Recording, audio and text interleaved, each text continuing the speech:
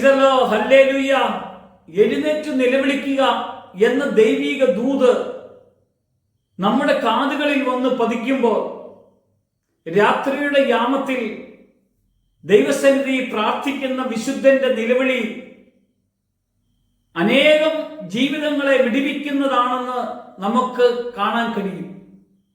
വിലാപങ്ങളുടെ പുസ്തകം 2-ാം അധ്യായത്തിന്റെ 19-ാമത്തെ വചനത്തിൽ രാത്രി യാമാരംഭത്തിൽ എഴുന്നേറ്റ് നിലവിളിക്കുക, നിന്റെ ഹൃദയത്തെ വെള്ളം പോലെ കർത്തൃസന്നിധിയിൽ പകരുക. നിന്റെ ഹൃദയം എങ്ങനെയാ? കഠിനമില്ലാതെ വെള്ളം പോലെ, എത്ര മനസ്സെത്ര നിഷ്കളങ്കതയോടുകൂടെ ദൈവസന്നിധിയിൽ പകർന്നു കൊടുക്കാൻ വേണ്ടിയാണ് കർത്താവ് നമ്മോട് പറയുന്നത്. രാത്രി യാമാരംഭത്തിൽ എഴുന്നേറ്റ് നിലവിളിക്കുന്നതും വർദ്ധിച്ച ആവശ്യബോധത്തോടുകൂടിയാണ് നിലവിളിക്കുന്നത്. പാപലോക ബന്ധനത്തിൽ കഴിയുന്ന അന്ധകാരത്തിന്റെ മൂടുപടത്തിൽ ഇനി ഒരിക്കലും ഞാൻ രക്ഷ നേടാൻ കഴിയില്ലെന്ന് നിരാശരായി കഴിയുന്ന മനുഷ്യരുടെ ജീവിതത്തെ മാറ്റാൻ കഴിയുന്ന ഒരു ദൈവസന്നിധിയിലാണ് പ്രാർത്ഥിക്കുന്നത്. നിലവിളിച്ചാൽ നിലവിളിക്ക് മറുപടി കിട്ടുന്നത് കാണാൻ കഴിയും. യിരെമ്യാവിന്റെ പുസ്തകത്തിൽ ഇങ്ങനെ വചനം പറയുക, നീ എന്നെ വിളിക്കുക, ഞാൻ നിനക്ക് ഉത്തരം തരും, നിന്റെ ബുദ്ധിക്ക് അതീതമായതും മഹത്വവും നിഗൂഢമായ കാര്യങ്ങൾ ഞാൻ വെളിപ്പെടുത്തി തരുമെന്ന് പറയുമ്പോൾ വിളിച്ചാൽ മറുപടി തരുന്നൊരു ദൈവം. യാമ ആരംഭത്തിൽ തന്നെ നിലവിളിക്കാൻ തുടങ്ങണം. പ്രിയമുള്ളവരെ, പ്രാർത്ഥിക്കണം. നമ്മൾ പ്രാർത്ഥിച്ചാൽ അനേകം മനുഷ്യരുടെ ബന്ധനങ്ങളെല്ലാം അഴിക്കും. അവിടെ പ്രശ്നങ്ങൾക്ക് ദൈവം പരിഹാരം ഉണ്ടാക്കും. നമ്മൾ പ്രാർത്ഥിച്ചാൽ ദൈവം ഉത്തരം തരുന്നത് കാണാൻ കഴിയും. നിലവിളിച്ചാൽ മറുപടി തരുന്നവന്റെ കൂടെയാ നമ്മൾ ജീവിക്കുന്നത്. ചോദിച്ചാൽ നിങ്ങൾക്ക് ലഭിക്കും, അന്വേഷിച്ചാൽ നിങ്ങൾ കണ്ടെത്തും, മുട്ടുവിൻ നിങ്ങൾക്ക് തുറന്നു കിട്ടും എന്ന് പറയുന്നവന്റെ ശബ്ദം ഇന്ന് നമ്മുടെ കാതുകളിൽ ഒന്ന് പതിക്കുക. എന്തിനാ? നമ്മെ ബലപ്പെടുത്തുന്ന ദൈവം, നമ്മെ അനുഗ്രഹിക്കുന്ന കർത്താവ്, നമ്മെ സ്നേഹിക്കുന്ന നമ്മുടെ യേശുവപ്പച്ചൻ നമ്മുടെ കൂടെ, നമ്മുടെ അടുക്കിലേക്ക് കടന്നു വരുന്നത് നമുക്ക് കാണാൻ കഴിയും. അവൻ എത്ര മനോഹരമായിട്ടാ നമ്മളെ പരിപാലിക്കുന്നത്.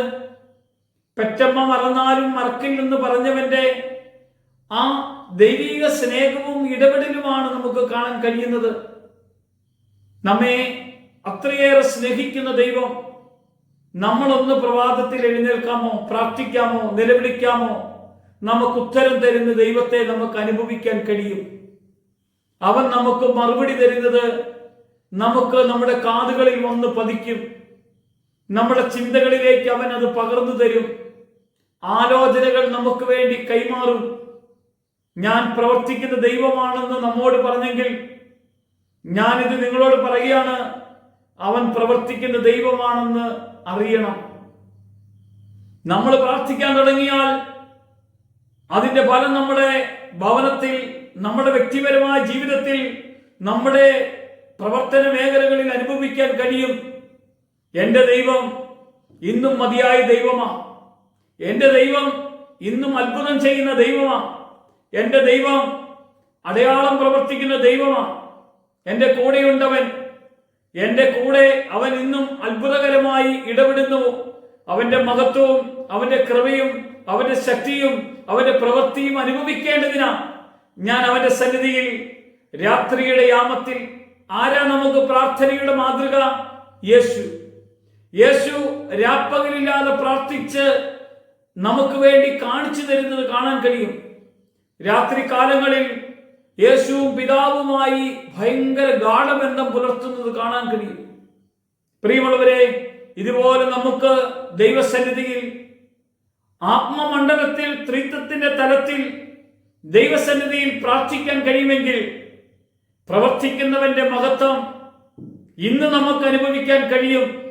ഈ വചനം നിങ്ങളുടെ ജീവിതത്തിലേക്കാണ് വെളിപ്പെടുന്നെങ്കിൽ നിങ്ങൾ ഇന്നു മുതൽ പ്രാർത്ഥിക്കാൻ തുടങ്ങട്ടെ. നിങ്ങൾ മറ്റുള്ളവർക്ക് വേണ്ടി പ്രാർത്ഥിക്കട്ടെ. നിങ്ങൾക്ക് വേണ്ടി നിങ്ങൾ പ്രാർത്ഥിക്കട്ടെ. നിങ്ങളുടെ കുടുംബത്തിന് വേണ്ടി പ്രാർത്ഥിക്കട്ടെ. നിങ്ങളുടെ ആവശ്യങ്ങൾക്ക് വേണ്ടി പ്രാർത്ഥിക്കട്ടെ. നിങ്ങൾക്ക് വേണ്ടി ഇപ്പോൾ ദൈവം തന്റെ കരം നിങ്ങളുടെ മേൽ വെക്കുകയാണ്.